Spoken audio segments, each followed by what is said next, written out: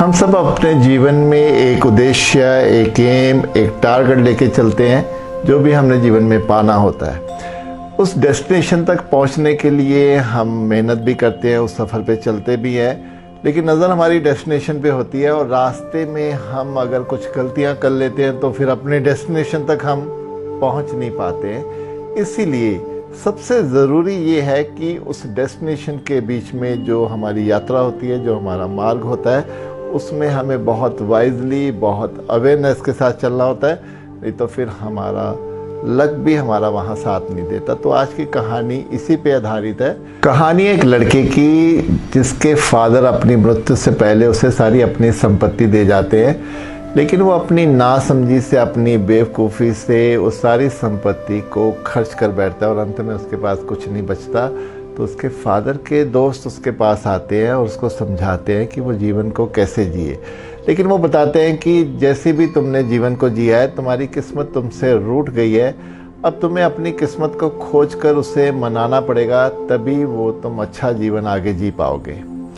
अब उसे अपनी किस्मत को वो ढूंढने में लग जाता है। तो उसको एक ड्रीम आता है, सपने में वो देखता है कि उसकी किस्मत एक इंसान के रूप में कहीं मीलों दूर बैठी है और उसे अपने पास बुला रही है। तो वो उस यात्रा को शुरू करता है। तो सबसे पहले जंगल में से जब निकलता है तो उसको एक बीमार शेर दिखता है। वो उससे डरता है, लेकिन शेर कहता है कि मुझसे डरो नहीं, मैं तो बहुत बीमार हूँ। तो तुम कौन हो और कहाँ जा रहे हो? तो वो बताता है कि मैं अपनी किस्मत को ढूंढने जा रहा हूँ। तो शेर कहता है कि अब अपनी किस्मत से मेरे लिए भी एक प्रश्न पूछ लेना कि मैं इतना बीमार हूँ, मैं कैसे ठीक हो सकता हूँ। हाँ, अगर तुम मेरे प्रश्न का उत्तर ले आओगे और मैं ठीक हो गया तो मैं तुम्हें बहुत इनाम दूंगा। उसके बाद वो आगे जाता है। तो उसको भूख लगी होती है, तो एक बाग में जाता है जहाँ बहुत से फल लगे होते हैं। तो जैसे ही वो फल तोड़कर खाता है तो वो फल बहुत कड़वा होता है। तो तभी उसका बाग का मालिक आ जाता है और उससे पूछता है कि आपके इतने सारे पेड़ हैं, इतने फल हैं, लेकिन इतने फल कड़वे क्यों हैं?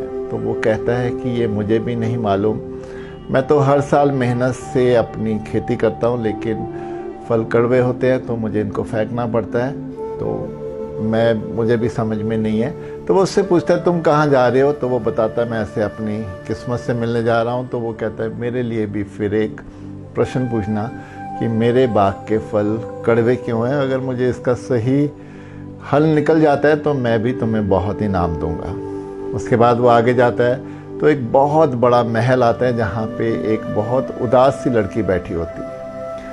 वो उससे भी पूछते तुम इतने उदास क्यों हो? तो वो भी कहती है कि मुझे नहीं मालूम, सब कुछ मेरे पास है, लेकिन ये उदासी मेरे इतनी भीतर गहरे में है कि मैं खुशी महसूस नहीं करती हूँ। और तुम? फिर उसको भी बताता है कि मैं अपनी किस्मत से मिलने जा रहा हूँ। तो वो कहती है कि मेरे लिए भी वहाँ से ये उत्तर लेके आना कि मैं खुश कैसे हो सकती हूँ, अगर मैं सही हो जाती हूँ तो मैं भी तुम्हें बहुत सा इनाम दूंगी। वो आगे जाता है तो वाकई उसको उसकी किस्मत एक इंसानी रूप में मिलती है। उससे वो बात करता है तो वो किस्मत कहती है कि तुम मुझे खोजने इतनी दूर तक आए हो, मैं तुम्हें निराश नहीं करूंगी, अब तुम वापस जाओ तो मैं तुम्हारे साथ ही रहूंगी। तो वो उन तीनों प्रश्न के आंसर भी अपनी किस्मत से पूछता है और फिर उसका उत्तर पाने के बाद वो किस्मत से पूछता है क्या तुम मेरे साथ वापस नहीं चलोगी? वो कहती नहीं, तुम आगे आगे चलो, मैं तुम्हारे पीछे पीछे आऊँगी। तो फिर वो वहाँ से अपनी यात्रा वापसी की शुरू करता है। तो सबसे पहले उसे वो राजकुमारी मिलती है। वो उसको कहता है कि किस्मत कह रही है कि उसे एक बहुत यंग लड़के से शादी कर लेनी चाहिए, इससे उसके जीवन में खुशी आ जाएगी।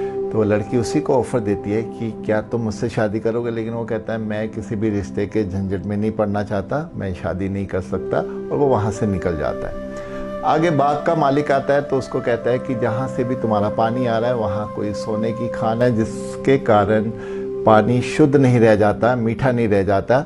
तो उसे वो सोने की खान वहाँ से हटानी होगी तो पानी मीठा होगा, उससे उसके फ्रूट मीठे हो जाएंगे। तो वो मालिक जो है वो सोने की खान को वहाँ से हटाता है और उसको ऑफ़र करता है कि ये सोना तुम ही ले जाओ, ये मेरे काम का नहीं है। लेकिन वो कहता है कि मैं कोई भी भार नहीं उठा सकता, मैं इस सोने को नहीं ले जाऊँगा। वो सोने को भी छोड़कर आगे चला जाता है। फिर अंत में वो शेर के पास आता है और शेर पहले उससे पूछता है उसकी यात्रा कैसी रही, क्या क्या उसकी यात्रा में हुआ। तो वो सब कुछ बताता है। ऐसे वो लड़की के ऑफ़र को छोड़ के आया, बाग के मालिक की जो सोने की ऑफ़र थी उसको भी छोड़ के आया। तो फिर शेर उससे अंत में पूछता है उसके लिए क्या उत्तर है। तो वो कहता है कि किस्मत ने कहा है कि जो बीमार शेर है अगर वो किसी इडियट का भोजन कर ले तो उसकी बीमारी दूर हो जाएगी। तो शेर उसके चेहरे की तरफ देखता है और कहता है कि मुझे तुमसे बड़ा इडियट तो अभी तक नहीं लगता कि मुझे कोई और मिलेगा। इतना कहकर शेर उस पर झपट्टा मारता है और उसे अपना भोजन बना लेता है। ये कहानी हमें भी यही संकेत देती है कि हम जब जीवन की परेशानियों, कठिनाइयों, दुखों से भागते हैं, उनका सामना नहीं करते हैं, मेहनत नहीं करते हैं, अपने कंफर्ट जोन को नहीं छोड़ते हैं, तो फिर किस्मत हमसे भी वैसे ही रूठ जाती है। अगर हमने अपने जीवन को सही मायने में सही ढंग से जीना है तो फिर हमें पूरे जीवन को, वो चाहे सुख है, दुख है, खुशी है, गम है, हमें उसे वैसा ही स्वीकार करना होगा और भरपूर जीना होगा।